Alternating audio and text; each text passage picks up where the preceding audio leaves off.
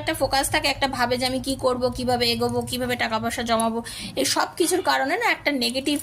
Vibration এসে যাচ্ছে। সে বুঝতে পারছে কিন্তু যে সে ভুল করছে,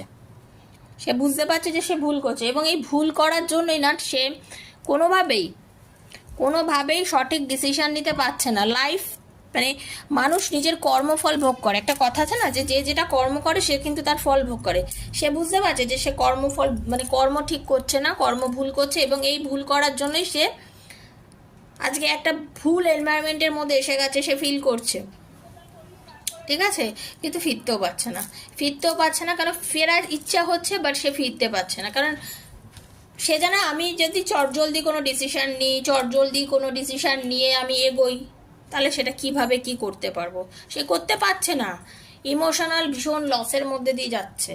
এইটাই যখন আবার চিন্তা করছে যে তাহলে আমি কি করব, আমি যে ভুল পথে চালিত হয়েছি, ভুল পথে